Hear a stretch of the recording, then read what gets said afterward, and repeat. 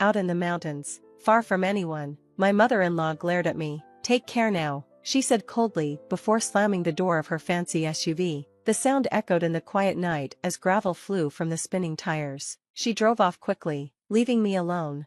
Under the moonlight, I caught a glimpse of her face. For the first time, I saw her cruel smile and the glint of her eyes, sharp and dangerous like a predator. She looked at me like she'd already won. "Mom, why?" I whispered, my voice shaking, but she just leaned out the window and laughed. It was a chilling sound, full of triumph. "Goodbye, Emily," she sneered. "No one's coming to help you. By tomorrow, you'll just be food for the wolves." Her words cut through me like ice. The roar of her SUV's engine faded as the headlights disappeared into the dark, leaving me frozen in disbelief.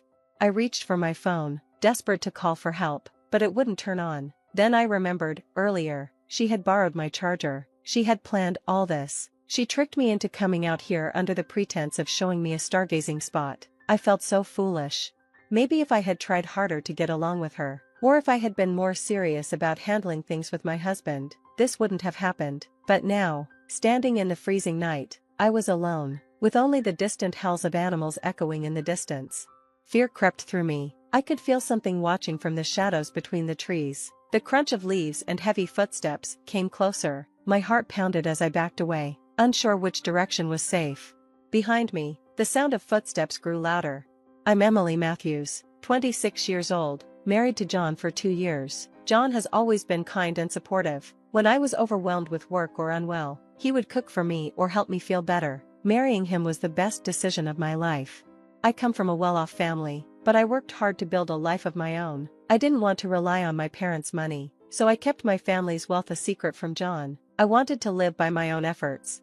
John and I both worked in the bridal industry, and I loved my job. But then John decided to quit his stable job to start his own business. Though worried, I supported him because I believed in his determination.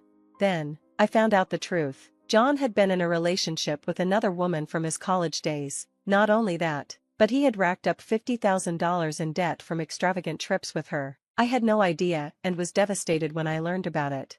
To my horror, he started his business with that same woman as his partner. He claimed his family was supporting him financially. His mother, Susan, adored him and justified everything he did. She treated me as if I was trying to steal her son.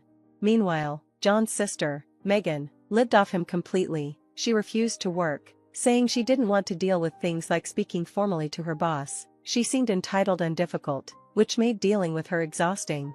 For a while, I endured it all because I loved John, but Susan and Megan started visiting our home often, rummaging through my belongings without permission. They used my expensive, cherished items as props for their social media, treating them carelessly. One day, Susan took my favorite brown purse without asking and broke it. I hoped she'd apologize, but instead, she smirked and said, "It was bought with John's money, so I don't owe you anything." I felt crushed. Even though I earned a good income, I couldn't keep replacing my things endlessly. I reminded Susan that the bag she broke was something I bought before I got married. It was my first big purchase, something I had dreamed of owning. "Yeah, right," she scoffed. "Girls like you don't have money for things like that. Don't try to fool me." She had already labeled me as a gold digger, accusing me of spending John's money on luxuries. It was impossible to talk to her. She didn't even try to understand. She only saw me as an enemy. When I turned to John for support, he barely listened. "Just hold on a little longer. Mom's going through a rough time," he said. It hurt so much to feel ignored, even by him. I had always thought of myself as strong and independent, but being so alone was overwhelming. Around that time, John's business started to fail. He couldn't keep up with Susan and Megan's expensive lifestyles anymore. He finally told them he couldn't support them financially. They panicked, but instead of considering getting jobs, they came up with another plan. "Take some of Emily's money and give it to us. Family comes first," Susan declared. I explained, again, that I split living expenses with John and used my own income, but they didn't believe me. Their frustration grew, and for a while, they visited less often. I thought maybe they were starting to accept reality. I was wrong. They were plotting something far worse. When Susan found out about my wealthy family, her resentment deepened. She became obsessed, convinced that if I disappeared, they could control John's money and even inherit a fortune from me. She imagined millions, even though I hadn't written a will, and my family, not them, would inherit everything. Her twisted thinking led her to a horrifying plan. Susan knew I loved photography, especially taking pictures of the night sky. She researched remote locations with little human activity and found a spot where she thought no one would find me.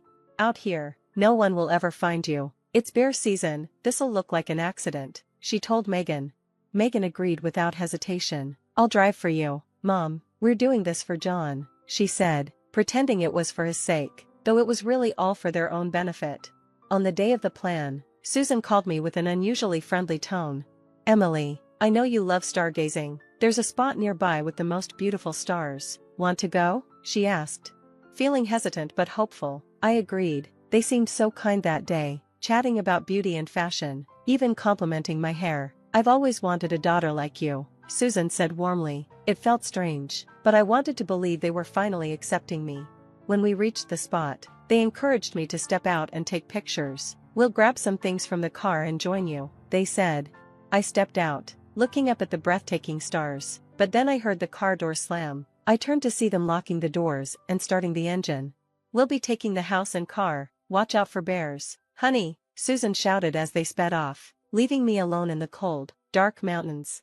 Fear gripped me as I realized I had been abandoned, but I wasn't entirely unprepared. I had a backup plan. Meanwhile, Susan and Megan were celebrating. It's all taken care of, Susan said, grinning. They went out for a fancy dinner, thinking their troubles were over.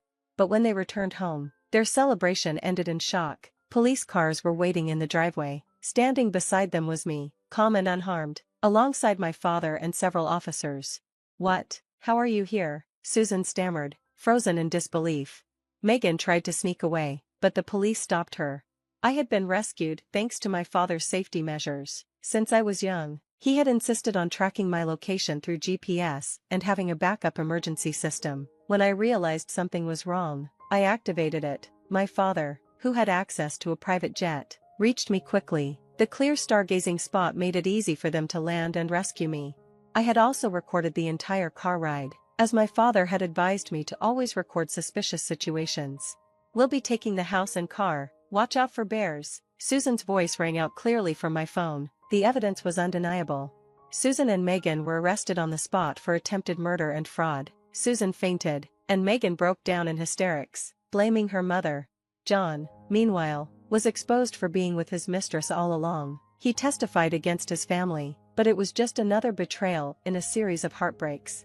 The story became a media sensation. Headlines mocked Susan as the mother-in-law who wanted millions. Details about how Susan and Megan used my belongings for social media clout went viral. John, who had once prided himself on his reputation, now couldn't even leave the house without facing shame. As for Susan and Megan, their disgrace didn't end with their arrests. Someone leaked their phone numbers, and they were bombarded with calls from angry strangers. The next day, all of Susan and Megan's bank accounts were frozen, and everything they owned was seized. Without John's income, they couldn't afford anything. To make matters worse, news about John's mistress spread all over the internet, destroying his reputation completely. The man who had betrayed me had now lost everything, including his dignity.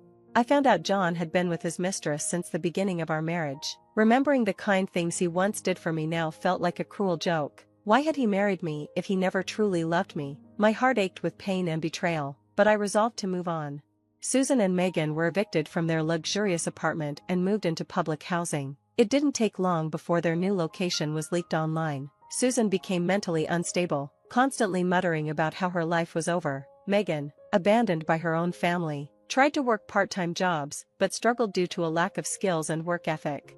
Megan even messaged me, asking for help getting a job like mine. Working at weddings and wearing nice clothes sounds fun, she said. I ignored her. The bridal industry wasn't something she could just jump into, and their downfall wasn't my responsibility.